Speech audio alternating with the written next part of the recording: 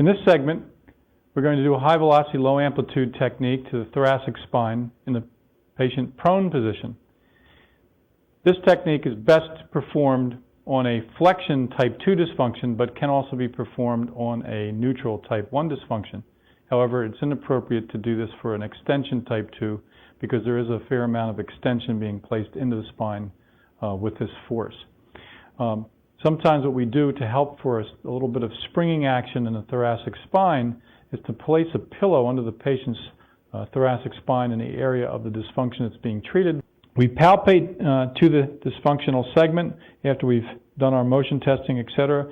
Let's just say that this technique is probably best done from maybe T3 to 4 down to T8. It can be done a little bit above and below, but it's from this region to this region that it's best performed. The technique's main force is a side bending force. There is some rotational aspect to this, but it's side bending with that force through the flexion barrier into extension. And the rotational component is probably the least component if you do this appropriately. So let's say we have a flexion dysfunction that is side bent right, rotated right. This is the patient's right side. So since it's side bent right, we're going to take our hand on the right side, find the transverse process of the segment that's involved, and we're going to take our thenar eminence and we're going to place the hand palm down, thenar eminence on the transverse process, fingers directed to the head. So if it's side bending right, I'm going to be trying to elevate that transverse process on that side. I come across the spinous process to the transverse process on the other side, placing my hypothenar eminence directly across from that thenar, so I'm on the same segment's transverse process now on the opposite side.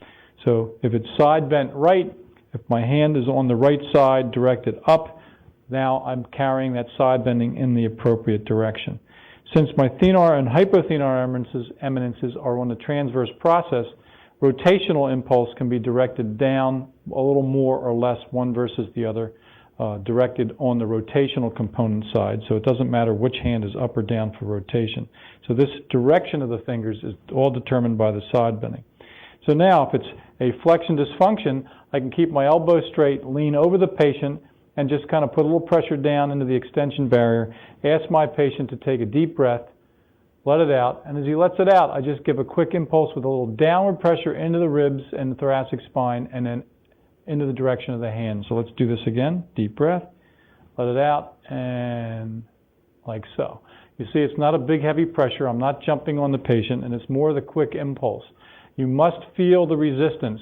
Try not to go past that because you are compressing the rib cage as you're trying to get this thoracic component treated. So don't overdo it and cause rib dysfunctions, etc. Many of the students seem to like this technique because it's easy to approximate your hands in the appropriate position. The patient size doesn't typically matter too much to you, so if you're smaller, etc., you're not getting a bad ratio between your size and the patient's size.